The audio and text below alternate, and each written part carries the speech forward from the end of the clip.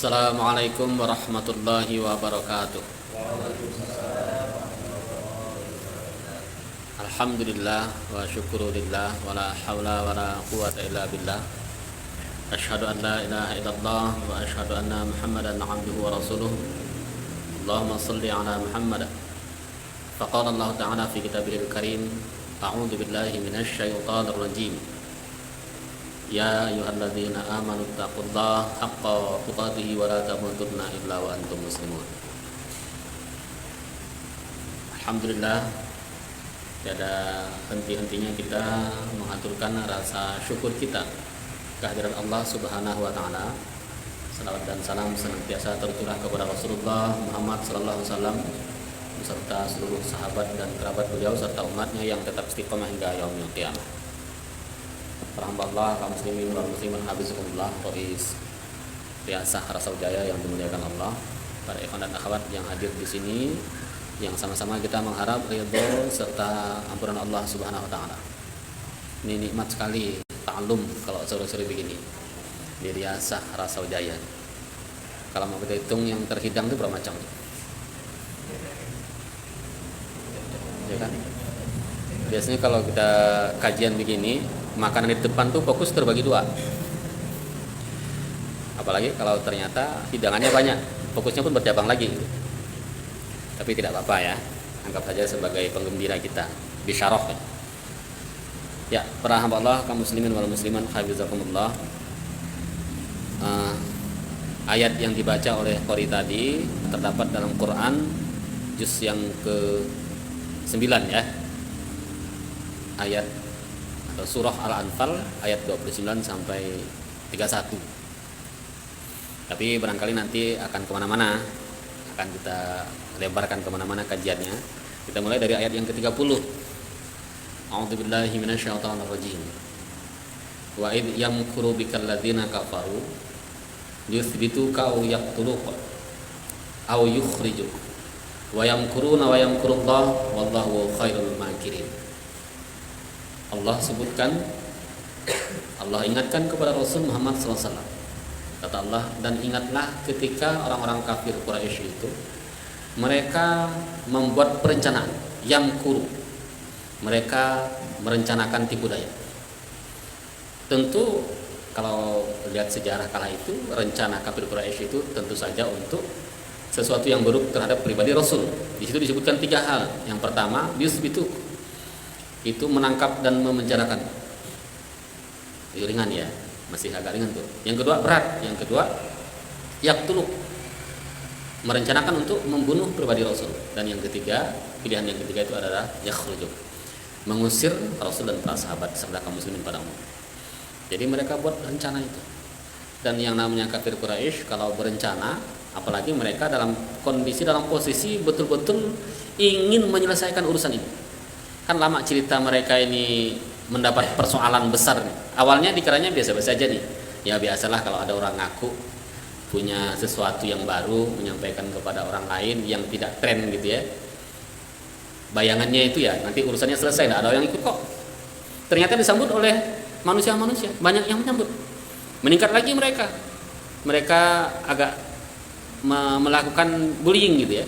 Kan di para Rasul kan dibully sama mereka itu. Dikatakan apa? Dikatakan gila, dikatakan punya penyakit, dikatakan agama baru, perusak ukhuwah mereka gitu. Mereka sudah punya tatanan, tiba-tiba ada sesuatu yang menyanggah semua apa yang mereka lakukan. Dibully Rasul itu.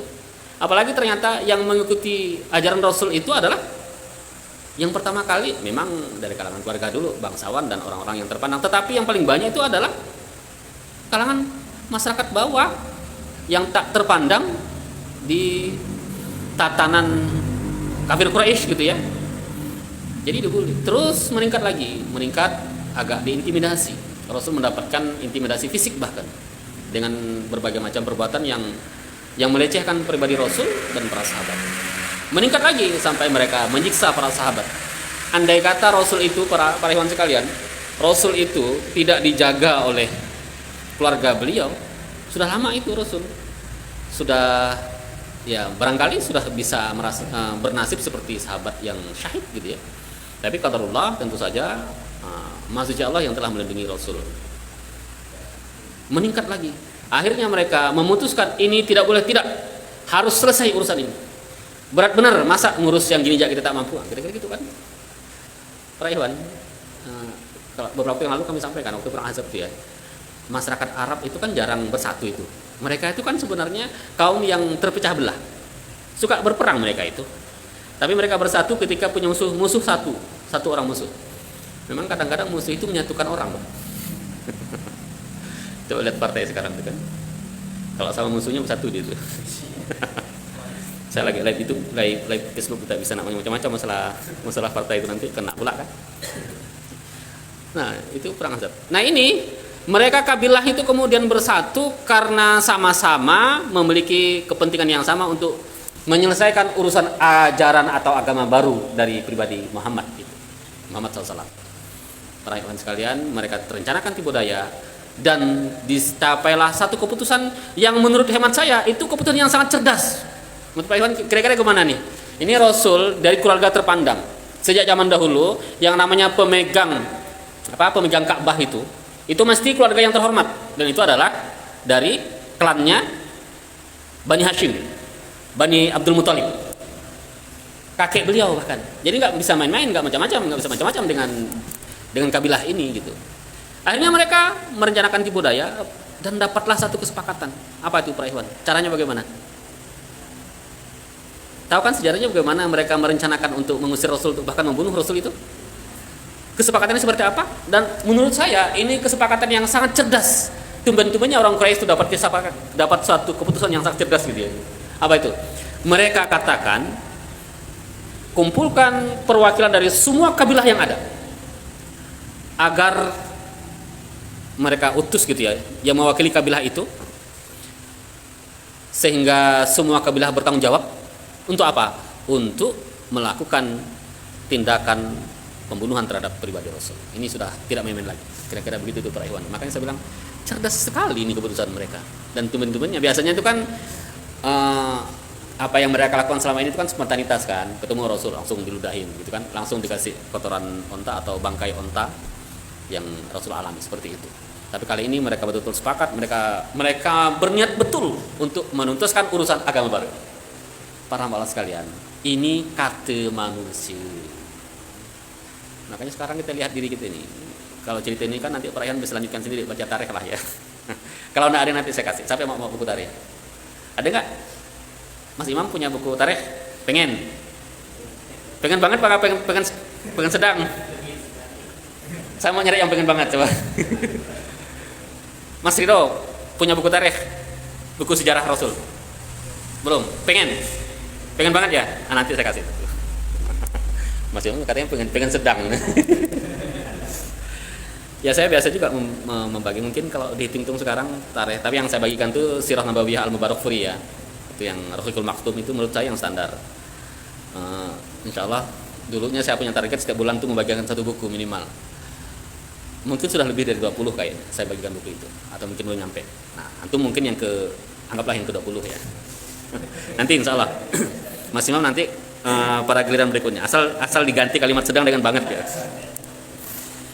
Ya. Nah, Pak Iwan, jadi sampai di mana tadi gitu? Taruh saya minum dulu. Bismillah. Mereka sepakat untuk membunuh pribadi Rasul, tetapi ini kata atau rencana manusia. Nah, kita balik lagi ke kita, Pak Iwan. Punya rencana dari pagi tadi mau ngapain? Ibu-ibu punya rencana enggak? Atau mungkin saya mau makan ini nanti siang gitu. Ada perencanaan itu? Ya, maksud saya silakan Pak Iwan lihat apa yang kita rasakan atau yang kita nikmati hari ini.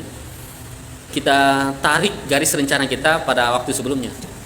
Banyak enggak rencana yang terpenuhi oleh kita itu? Rezeki umpamanya. Saya mau makan ikan asam pedas siang. Ternyata yang dapat rendang.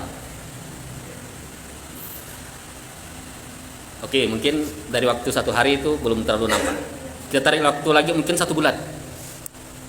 Atau mungkin tarik lagi waktu 1 tahun. Tarik lagi sampai puluhan tahun kita hidup. Ada berapa banyak rencana kita yang ternyata tak sesuai dengan yang terjadi. memang punya rencana istri kita ini bakal seperti ini. Banyak yang tidak kita rencanakan itu. Memang punya rencana kita bakal tinggal di sini. Banyak itu. Saya qadarullah tidak pernah terbayangkan sempat mendapat amanah di Lampung dan hijrah ke sana, punya istri pula ke sana gitu kan. Di sininya punya istri dibawa ke sana maksudnya. Terus 6 tahun di sana dan ternyata balik lagi. Saya tidak pernah berencana hijrah ke Lampung, tak pernah terpikir sama sekali. Begitu sampai di Lampung tidak pernah berencana untuk balik. Saya sudah bilang sama istri, kita mati di sini. Ternyata balik. Allah kembalikan. Begitu balik saya bilang kita menetap di Supah atau paling tidak di markas saya bilang. Karena saya bilang waktu itu kan lagi menggebu-gebu ya. Saya bilang yang namanya kita di Supah itu apalagi mengamalkan amanah imam gitu kan, mentaati amanah imam kan waktu itu diamanahi oleh imam. Menetap di Supah itu, kita tidur saja ibadah, orang amanah kan. Tidur saja ibadah. Nah, sebelah mana kalau mau kita bandingkan dengan ibadah seperti ini, susah bandingan ini. Makanya saya bilang minimal kita tinggal di Supah. Susah pula jadi Supah itu atau di markas. Makanya begitu balik ke Pontianak, saya berharap betul tinggal di markas. Sehingga kemudian pulang ke Pontianak, istri saya di Sungai Batang, saya menetap di masjid waktu itu masih belum kayak sekarang masjid kita itu di Apel 2 itu. Menetap di situ. Tidurlah di situ, beraktivitas itu sama almarhum Pak Jenderal Abidin, polisi. Sama Pak Amir waktu itu juga ya. Para ikhwan, dan tidak pernah terfikir kemudian tinggal di rumah sebelah. Itu awalnya rumah saudara kita, rumah orang Tionghoa. Kita sudah berhajat betul waktu itu. Kata oleh almarhum, bila kita nak bebaskan rumah sebelah itu, tak ada pula dia mau jual rumah, dia bilang. Sampai kemudian, qadarullah tuh, Allah punya rencana. Ternyata walau alam ya, mungkin orang yang tinggal di situ itu kan apa, kalau maaf nih kalau bahasa ada sebelumnya itu bahasa Bugis. Orang Bugis itu kadang-kadang megang gini, kalau ada musibah itu salah satu yang disalahkan tuh rumah. Kalau ada yang tahu apa budaya Bugis mungkin ya. Tapi karena waktu itu dia ngomong, tak cocok sini nih dia bilang. Setelah Cina itu. Cina itu masjid ya, sebelahnya itu punya orang Bugis, Wak Daeng. Dia bilang sakit-sakitan istrinya. Kemudian meninggal. Tak cocok. Ya dia orang baru dapat begitu kan. Akhirnya mau dijual. Wali waktu itu lagi pendidikan. Wali pernah bilang sama saya mau beli rumah, dia bilang. Carikanlah rumah. Dia enggak terpikir mau beli rumah situ. Saya bilang, kalau mau beli rumah bagusnya di sini. Ini saya bilang, minimal nanti kalau kita di sini, orang tua kita di sini, dia kan dekat dengan Iwan di sini. Bisalah kita nyantuninnya, saya bilang. Betul juga tuh dia bilang. Udahlah, nanti kalau orang sebelah itu mau beli, dia bilang beli ya.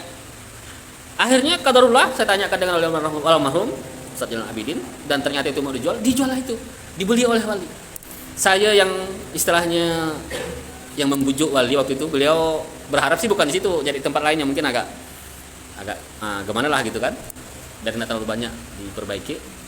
Dibeli oleh wali. Saya menempati sama adik saya waktu itu. Para hamba Allah sekalian, qadarullah kemudian kalau nak dipanjangkan ceritanya kan panjang cerita. Intinya kemudian ketika wali berangkat lagi ke Australia mengambil PhD ya, S3-nya. Beliau mau jual rumah. Dia mau beli tanah waktu itu yang sekarang jadi rumahnya itu. Dia bilang saya di situ kan memang rumahnya kan sempit. Kami ini banyak anak, dia bilang, jadi mau dilebarkan ya. Qadarullah kami yang membeli rumah itu. Saya tak sedikit pun tak pernah terpikir bahwa akan membeli rumah itu. Masya Allah, bisa bayangkan kita punya rencana, ternyata Allah sempurnakan rencana kita. Kita lihat Supah kita berakhir. Siapa dulu yang merasa puas dengan Supah Parit Naim? Di awal-awal baru beli itu, dalam hati kita, ngapalah beli tanah jauh merudum jauh begini. Lama jalan ke Parit Naim itu baru bagus. Sampai sekarang kayaknya baru tahun sekarang lah baru bagus itu. Ya kan? Yuk tanya Bang Risan, Ustaz Risan. Dia pernah di sana. Orang Pontianak pergi ke sana itu aneh. Mau tinggal sana itu. Waktu itu jangan bayangkan sekarang Bang Maulana, bayangkan dulu tahun 90-an. Sekarang dia jam itu. Jadi Masya Allah. Tapi kemudian para ikhwan, kita beli ya, karena memang mampunya dulu begitu. Kita beli di sana dan Imam Muhyiddin Hamid almarhum itu, Allahumma irham, itu mendoakan itu. Jadilah Supah Parit Naim seperti sekarang, Masya Allah. Nikmat sekali kalau ke sana. Betah. Ya orang sana sih betah. Kalau kita tentulah kita betah di rumah kita masing-masing kan. Mana lagi? Supah Singkawang. Masya Allah, kami termasuk yang awal juga di sana itu. Ketika baru ada rumah Ustaz Hasbi satu, seperti ya. Begitu waktu saya nyari rumah Ustaz Hasbi, waktu itu belum berhimpun saya. Kami lagi nyari Ustadz, waktu itu sempat diskusi, lupa nanya nama dan alamat. Jadi mau kita telusuri ini. Saya telusuri sama kawan. Yang saya tahu cuma rumah beliau, namanya Pak Asbi, orang Depak, rumahnya di Bukit Batu. Itu yang saya tahu. Mutar-mutar di Bukit Batu. Nggak ada orang yang tahu. Dan Bukit Batu itu bukan jalan Pramuka kan? Bukit Batu itu kan jalan cukup lama. Mutar-mutar di sana. Nggak ada Pak di sini nama Pak Asbi, dibilang. Lama kelamaan Pak Asbi. Oh yang iya ke Pak. Saya tidak tahu tuh. Ternyata maksudnya agak lain dia punya peribadatan kan. Oh kalau yang iya Pak di sini, dia bilang, bukan di situ. Saya carilah ke sana, ternyata ketemu. Orang pun sambil nanya, oh bukan sini Pak, di dalam deh Pak, rumahnya jauh ke dalam, dia bilang. Itu tuh lewat somah gitu tuh. Apa? Tahu nggak somah sih?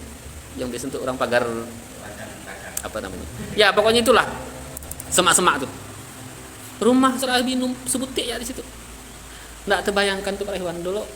Beliau sempat orang jual kaplingan di depan, beliau yang handle. Sekapling tuh nggak sampai 500.000. Kalau nggak salah tuh 300.000 sekapling.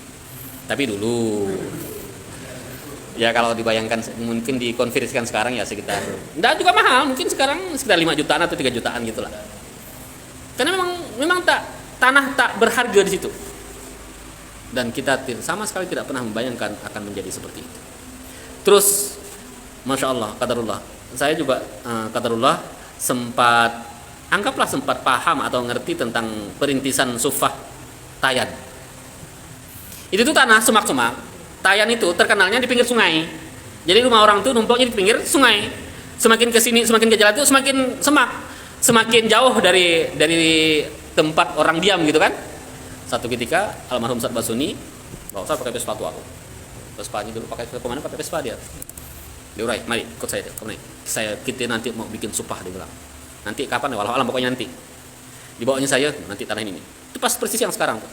Tani nanti ini mau kita bebaskan, dia bilang. Itu Pak Iwan di balik gunung, belakang itu gunung. Saya nengoknya seram. Iya saat dia bilang, cantik ini bilang. Dalam hati, masa jauh dari pemukiman gitu kan. Pak Iwan Masya Allah, dengan izin Allah semata itu menjadi tempat yang sangat strategis. Dan jangan ditanya harga tanah di situ. Karena dia pas di pertigaan jalan itu. Masya Allah. Itu orang jualnya tidak pakai kapling, dia pakai meter dah di situ. Yang sekarang kita pun tak mampu belinya. Banyak lagi yang lain Pak Iwan yang Masya Allah. Jadi Allah itu penyempurna rencana. Lihatlah yang kita rencanakan. Kadang-kadang kita tuh merencanakan betul, berharap betul dapat rezeki dari suatu pekerjaan yang kita lakukan. Bekerja betul gitu. Begitu sampai di puncaknya tak dapat dari situ. Tapi nanti Allah beri dari tempat yang lain. Kalau kita tidak beriman kepada Allah, sia-sia barang itu tuh yang kita kerjakan tuh. Enggak jadi apa-apa. Kata kita sia-sia. Tidak sia-sia Pak Iwan. Saya bilang sia-sia. Itu yang jadi amal. Konsep amalnya begitu. Konsep amal itu adalah apapun yang kita kerjakan karena Allah, udah. Perkara Allah tidak beri dari situ, ya itu urusan Allah. Yang penting kan kita hidup, tetap punya rezeki, tetap eksis, tetap berlanjut. Begitu konsepnya. Makanya kita lihat, saya kadang-kadang senyum sendiri. Kita lihat bagaimana perencanaan yang kita lakukan dan bagaimana yang Allah beri kepada kita. Kadang-kadang tidak matching sama sekali. Tetapi ketahuilah para ikhwan, itulah amal soleh yang kita lakukan. Amal soleh di situ. Nah, ini udah nyebut-nyebut supah dari tadi. Tentulah kita berencana dengan supah kita, rencana kita nih. Masya Allah. Jadi para ikhwan,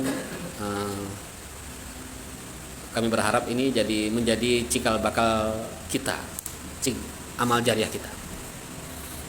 Jadi mudah-mudahan kita toh pingin juga punya supah, pingin juga bisa menunaikan sunnah secara bukan konflik tapi konflik lengkap gitu.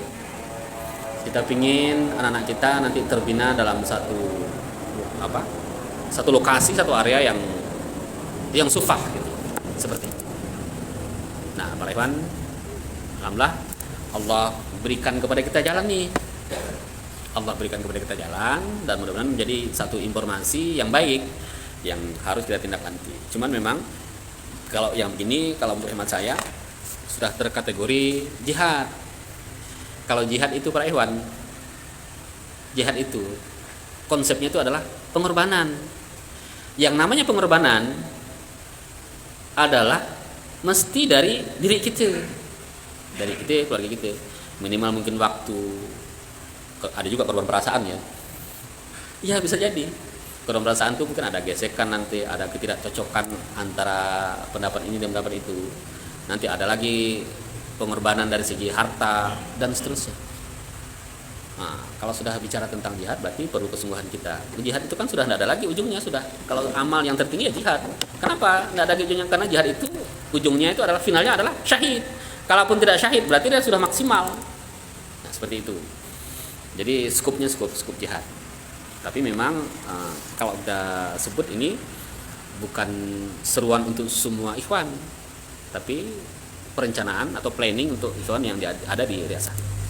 Nanti silakan selanjutnya di apa ya, lebih dimancingkan ya, lebih dioperasionalkan ya, dihitung lagi lebih detail.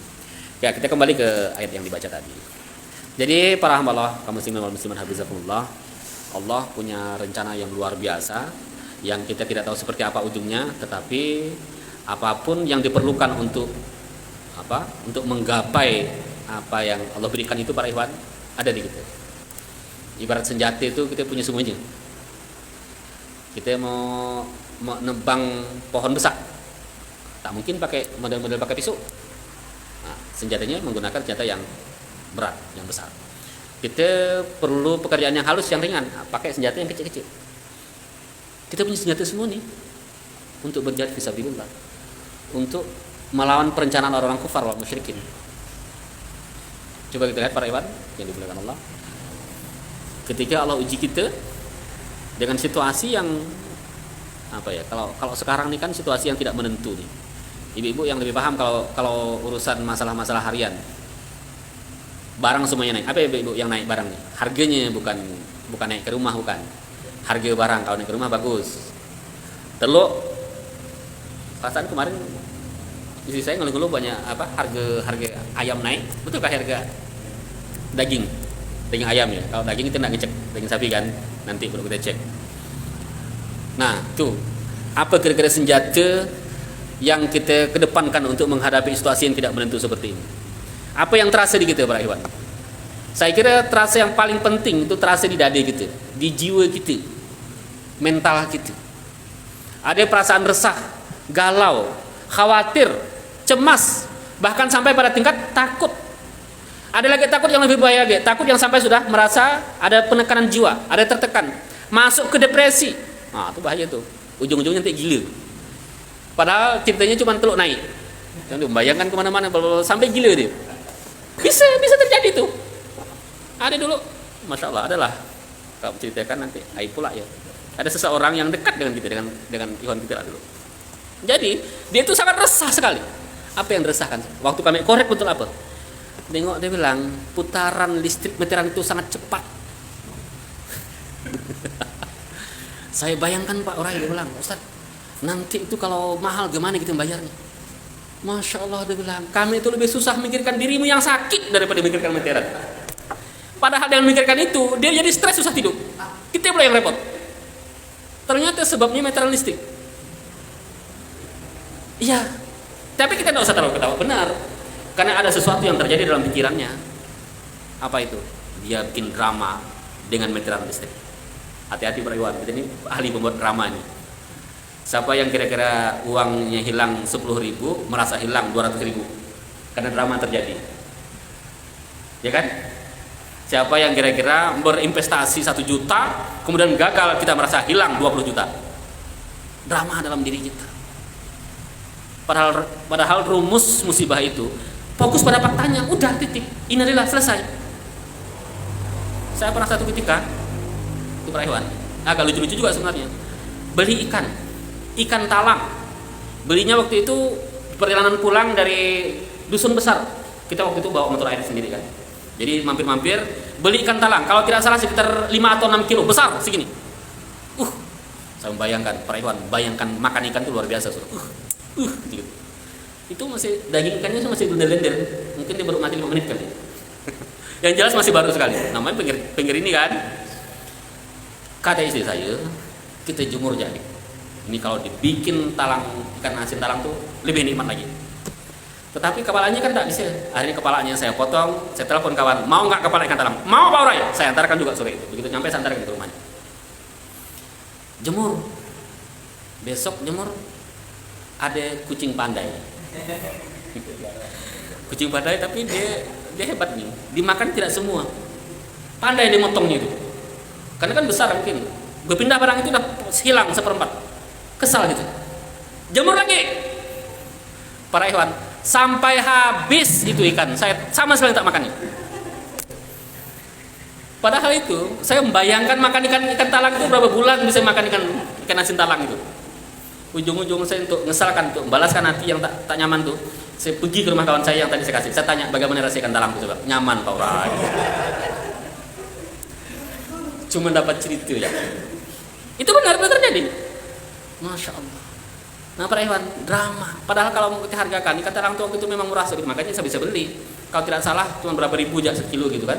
Kalau bayangkan paling cuma 30-40 ribu harganya, tapi kita merasa kehilangan sangat besar sekali.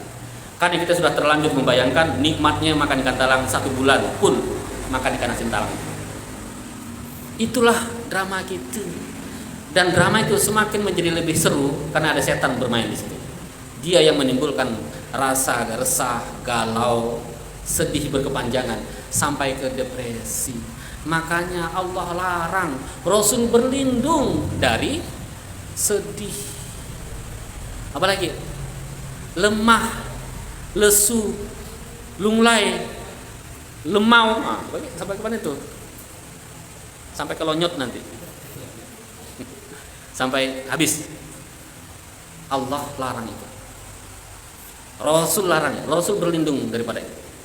Bukan sifat orang mukmin seperti itu. Karena kita di-backing oleh Allah Subhanahu wa taala.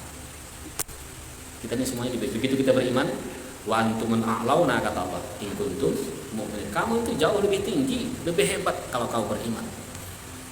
Kalau kau soleh, dunia itu diwariskan kepadamu. Innal ardo yarithuha min ibadiyas sholihin.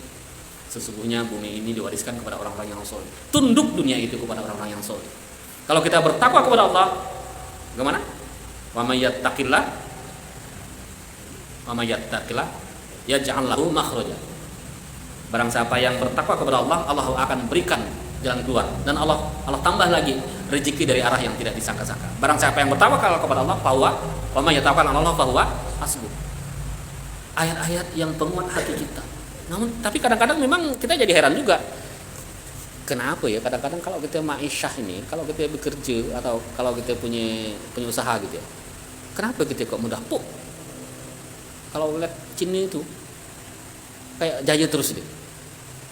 Apa yang dimiliki yang tidak kita miliki? Saya tak yakin kan keislaman kita menjadi miskin, tak yakin itu. Tak mungkin rasanya. Para ikhwan, kalau mau tahu, saya bandingkan ada langgaran saya, ini saya langgaran dengan Cina. Depan rumah, depan gang itu. Dia tuh sudah sangat jelas jam bukanya.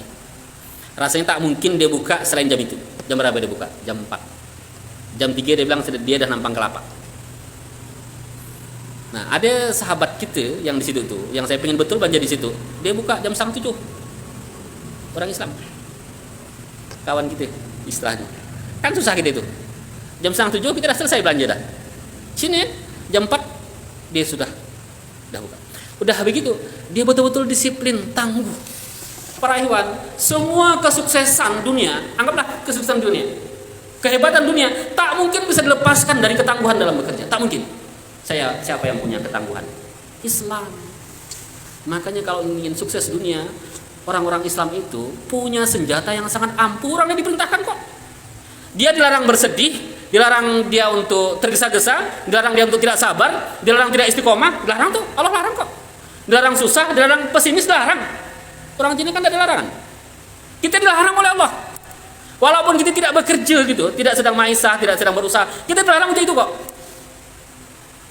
Saya sangat yakin kalau kita optimis pasti dapat itu. Masalahnya ini kan sekarang kita tidak optimis, tidak istiqomah, tidak disiplin, ya tidak semua, tidak gitu. Itu masalah gitu itu. Kok jadi curhat gini gitu ya? Ya, tapi itu masalahnya.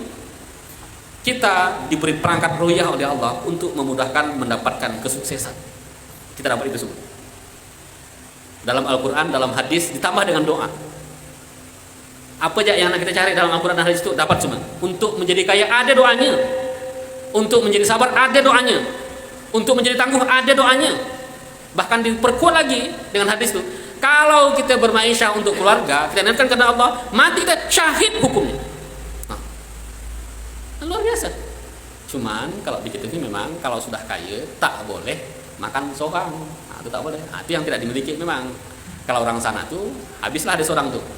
Kalau dia punya emas 5 kilo untuk keluarga dia dan keluarga dia. Kalau kita kan tak ada. Makin kita simpan tahun-tahun tuh makin habis berkurang untuk zakat kan. Belum lagi nanti infak segala macam. Itu bedanya. Kalau kita harus sibuk dengan ini Pak, begitu Allah kasih rezeki, kita sibuk untuk mencari peluang dengan rezeki tersebut kita salurkan lagi menjadi berkah, menjadi amal yang berkelanjutan. Para hewan yang dimuliakan Allah, yang terakhir kita tak henti-hentinya terus fokus pada apa yang terjadi di Palestina. Kita jangan sampai bosan untuk mendengar hal-hal yang terkait seperti ini, karena kita lebih khawatir kalau hewan itu lupa. Biasanya itu sesuatu yang sudah terlalu sering terjadi, sering disampaikan, itu daya pikatnya itu semakin berkurang. Betul nggak Mas Imam? Kalau tiap hari nengok istri kita itu dalam 24 jam tuh 23 jam kita mandang dia. Makanya jangan dipandang terus. Waktu bersama aja dipandang. Waktu nanti kemana jangan nanti. Ini saya tengok kawan-kawan tuh udahlah dia pergi masih foto istri tengoknya dalam anu tuh. Di layar tuh foto istri, di Facebook nanti ada lagi foto keluarganya, sampai ke dompet dia ada lagi foto istri. Saya tanya kenapa, dia bilang biar ingat orang. Kau tak bakal lupa dengan istrimu, saya bilang. Aku khawatir kau bosan. Saya malah lebih khawatir bosan daripada dia lupa. Tidak mungkin lupa dia. Mana bisa lupa dengan istri? Kecuali dia gila tuh bisa lupa dengan istrinya itu. Itu orang gila pun ingat dengan istrinya. Ya, jadi sesuatu yang sudah terlalu sering ada di kita itu kadang-kadang daya pikatnya itu berkurang. Kalau kita melupakan cara untuk mengingat kemuliaan. Contohnya yang paling jelas itu Al-Fatihah. Pak Iwan lihat bagaimana mukjizat Al-Fatihah itu. Tapi saking seringnya kita tuh santai gitu baca Al-Fatihah tuh. Padahal Masya Allah tuh Al-Fatihah tuh Pak Iwan. Itu tuh induknya Al-Quran. Al-Quran dia sudah luar biasa. Induknya itu ada di Al-Fatihah. Tapi kita santai. Saking seringnya baca Al-Fatihah. Ini kadang-kadang udahlah terlalu juga kita sampai untuk orang mati pun kita kasih Al-Fatihah lagi. Saya bilang Al-Fatihah untuk orang mati untuk kita yang hidup nih. Orang mati belum tentu nyampai ke dia. Yang jelas itu orang hidup nih yang kita harus manfaatkan Al-Fatihah itu kan. Nah, padahal tuh Al-Fatihah itu Masya Allah. Tafsir yang paling banyak itu tafsir surah Al-Fatihah. Nama yang paling banyak tuh, coba lihat tafsir-tafsir yang muktabar tuh, tafsir Mukatsir. Al-Fatihah itu para ikhwan perlu satu buku. Kalah dengan surah yang lain yang panjang ratusan ayat itu. Belum lagi nanti ada penjelasan tersendiri. Mukadimahnya ya tuh, itu perlu satu buku. Al-Fatihah. Makanya disebut sebagai Samudra Al-Fatihah. Masya Allah. Nah, luar biasa Al-Fatihah. Tapi saking seringnya, coba kita hitung tuh. Kita baca Al-Fatihah tuh. Yang wajib lah dulu. Berapa kali kita baca Al-Fatihah, Bang Maulana, Mas Maulana? Minimal satu hari, satu malam itu berapa rakaat? 17 rakaat. 17 kali kita baca. Tambah yang sunat lagi. Rawatib itu berapa rakaat? Tambah itu lagi. Salat malam lagi. Al-Fatihah lagi itu. Ujung-ujungnya kita tuh merasa selembe baca Al-Fatihah. Bismillahirrahmanirrahim. Amin.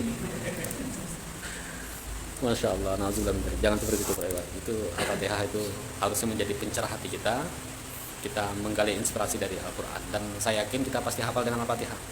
Jadi ketika kita sumpah benar, yang kadang-kadang hafalan hilang semua, baca Al-Fatihah. Kalau saya membiasakan untuk memulai itu dengan Al-Fatihah memang. Kalau tanya dalilnya, dalil umum, dalil khusus tidak ada. Dalil umum ada. Pada dasarnya membaca Al-Quran itu diperintahkan oleh Allah dan Rasul. Jadi saya kalau lagi sampai di kantor buka laptop itu saya baca Al-Fatihah. Kalau ingin menulis atau ingin membaca, saya mulai dengan membaca Al-Fatihah. Ya Pak Iwan nanti silakan saja. Terus Pak Iwan, jadi tadi hampir jam 6 ya. Sampai di mana tadi kita nih? Bentar ya.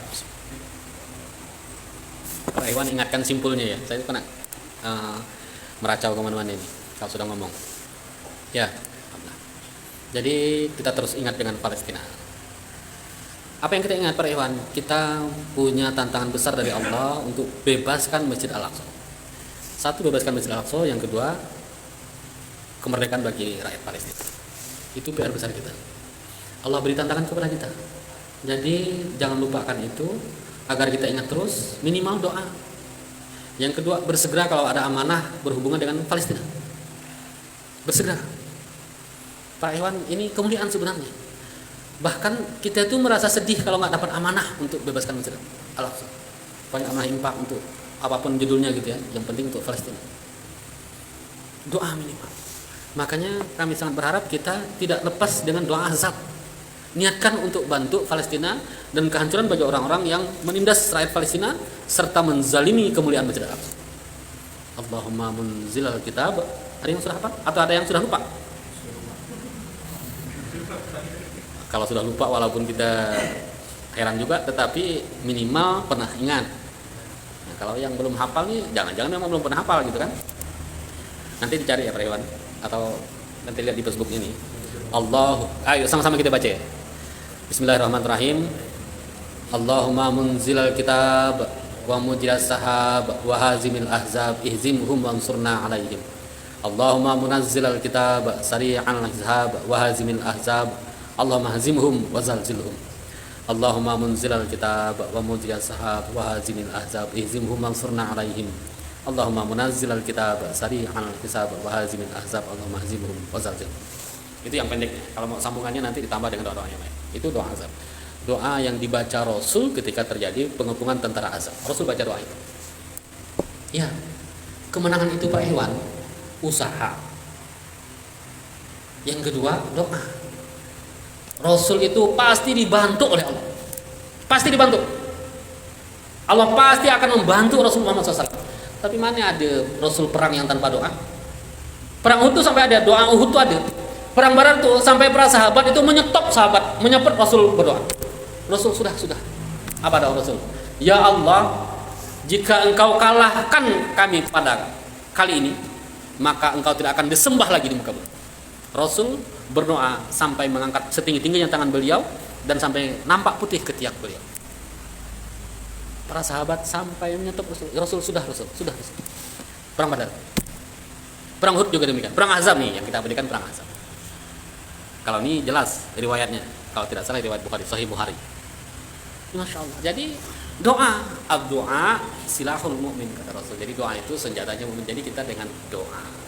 Kita nggak punya apa, kita merasa lemah sekali, maka kita munajat kepada Allah, mohon kepadanya pertolongan dari Allah untuk memenangkan kaum muslimin yang ada di Palestina dan pembebasan Masjid Al-Aqsa. Para iman yang dimuliakan Allah, demikian yang disampaikan. Mudah-mudahan Allah senantiasa menyehatkan kita, memberikan keberkahan terhadap harta dan diri kita dan kemenangan bagi saudara kita yang ada di Palestina dan pembebasan Masjid Al-Aqsa. Alhamdulillah. Assalamualaikum warahmatullahi wabarakatuh.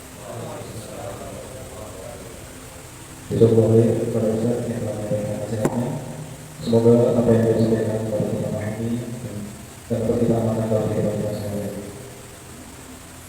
Mungkin sebelum dulu ada pertanyaan. Kalau tidak ada